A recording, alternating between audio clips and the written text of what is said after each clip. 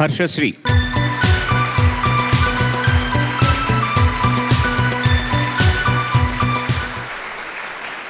అందరికీ నమస్కారం. హర్షశ్రీ ఎంపిక చేసుకున్న పాట రచన ఆత్రేయ గారు, సంగీతం మహాదేవన్ గారు, గానం జమునారాణి గారు. మూక మనసులు సినిమా నుంచి ముక్కు మీద కోపం. బాగానే ఉంది నీ ముక్కు కూడా, అలా కానీ ముక్కు మీద కోపం నీ ముఖానికే అందం, నా పొంగు మోతు చందం నీ ముందరి కాళ్ళ బంధం.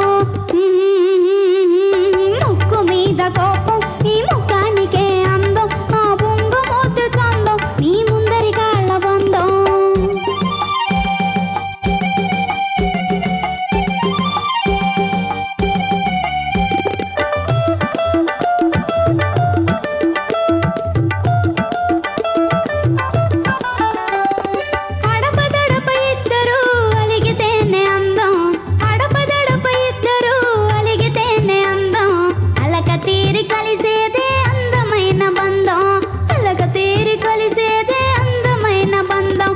ముక్కు మీద కోపం నీ ముఖానికే అందం, నా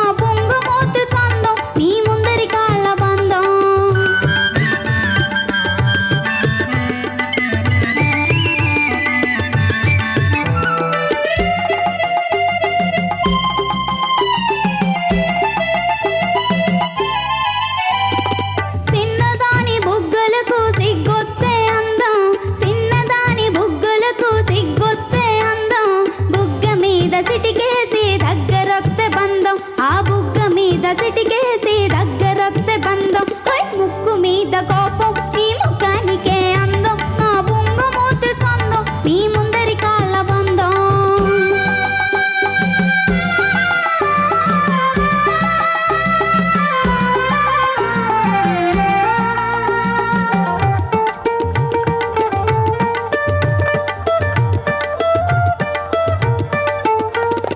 ఈడొచ్చిన పిల్లకు జోడుంటే అందం, ఈడొచ్చిన పిల్లకు జోడుంటే అందం, ఈడు జోడు కుదిరినాక మూడు ముళ్ళ బంధం, ఈడు జోడు కుదిరినాక మూడు ముళ్ళ బంధం.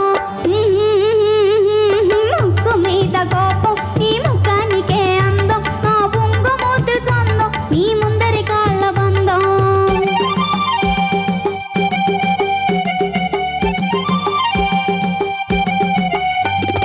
తల్లి గోదారికే ఎల్లు పోతే అందం, తల్లి గోదారికే ఎల్లు పోతే అందం, ఎల్లు వంటి బుల్లోడికి పిల్ల గౌరి బంధం, ఎల్లు వంటి బుల్లోడికి పిల్ల గౌరి బంధం.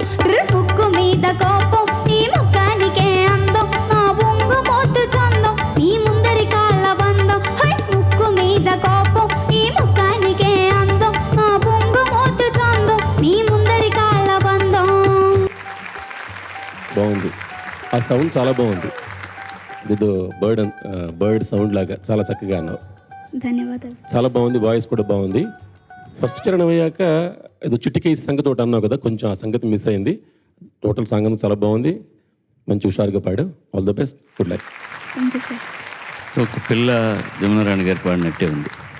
మంచిదే ఒక్కోసారి అలాగే పాడడం అనేటటువంటిది. ధోరణి మంచిదే, కానీ ఎప్పుడు గాత్రాన్ని అనుకరించడానికి ప్రయత్నించొద్దు. తెలియకుండా వచ్చేస్తుంది, అది మనకు వేరే దారి లేదు, తెలియకుండా వచ్చేస్తుంది. కానీ ఆ ముక్కుతో పాడడం అవన్నీ కూడా ఆవిడలాగే చక్కగా ప్రజెంట్ చేసావు నువ్వు. చాలా చక్కగా ప్రజెంట్ చేసావు. సంగతులు కొంచెం క్లియర్గా ఉంటే బాగుంటుంది. బట్ మిగతా అంతా కూడా దానికి కావాల్సినటువంటి మజా అన్నీ ఏమేం కావాలో అవన్నీ కరెక్ట్గా ఇచ్చేసావు. ఈ పాట వినగానే ఇది కూడా కొసరాజు అనుకుంటారు, ఆత్రేయ గారు రాశారని ఎవరు అనుకోరు. అలాగే ఆ సినిమాకి సంభాషణలన్నీ కూడా ఆత్రేయ గారు రాశారనుకుంటారు మూగ మనసులకి.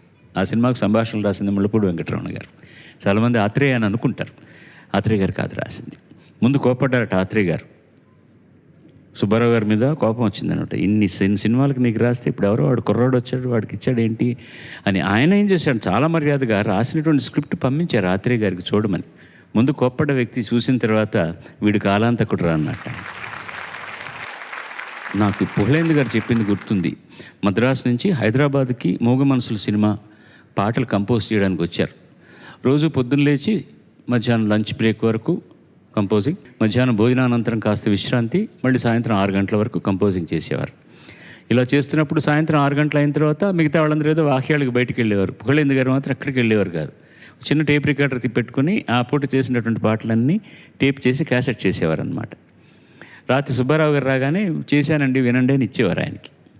ఆయన కంపోజింగ్ అంతా అయిపోయిన తర్వాత పాటలన్నీ విన్న తర్వాత అప్పు అని పిలిచేవారు పొగిడింది. అప్పు ఎవరు పాడతారో అది మీ ఇష్టం, ఘంటసాల పాడతారో ఇంకెవరు పాడతారో, ఎవరు పాడతారో, సుశీల పాడుతుందో జానకి పాడుతుందో, మీరు పాడిన ఎక్స్ప్రెషన్ మాత్రం నాకు కావాలి, అలా తెప్పించండి మీరు అన్నారట.